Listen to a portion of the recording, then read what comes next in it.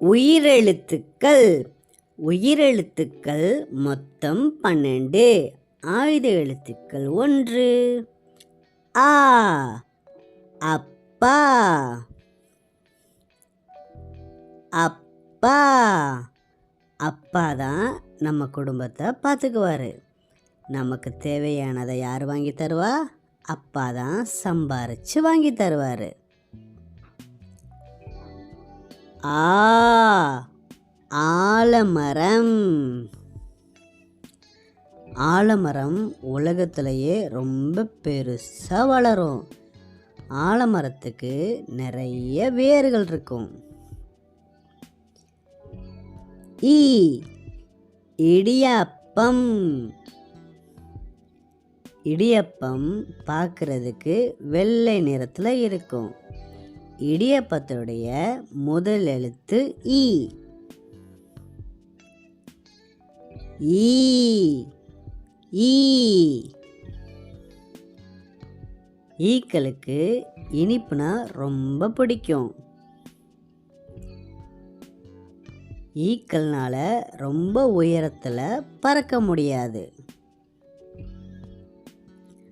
ஊ, உணவு.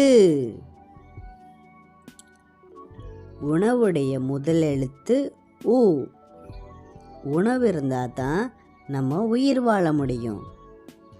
உணவு ஆரோக்கியமாக சாப்பிட்றது நல்லது. ஊ, ஊர். நம்ம வாழ்கிற இடத்துடைய பேர் ஊருன்னு சொல்லுவோம். ஒவ்வொரு ஊருக்கும் தனித்தனியாக ஒரு பேர் இருக்கும். ஊர் தான் நம்மளுடைய அடையாளம். ஏ, எருமை. எருமையுடைய முதல் எழுத்து ஏ. எருமை கருமை நிறத்தில் இருக்கும். எருமை பால் தரும். எருமை நம்மளுடைய பொதி சுமக்கும். ஏ, ஏலக்காய். ஏலக்காய் பச்சை நிறத்தில் இருக்கும். ஏலக்காய் ரொம்ப வாசனையாக இருக்கும். சமையலில் இதை பயன்படுத்தலாம். ஐ, ஐஸ்கிரீம். ஐஸ்கிரீம் சில்லுன்னு சாப்பிட்டா ரொம்ப சூப்பராக இருக்கும்.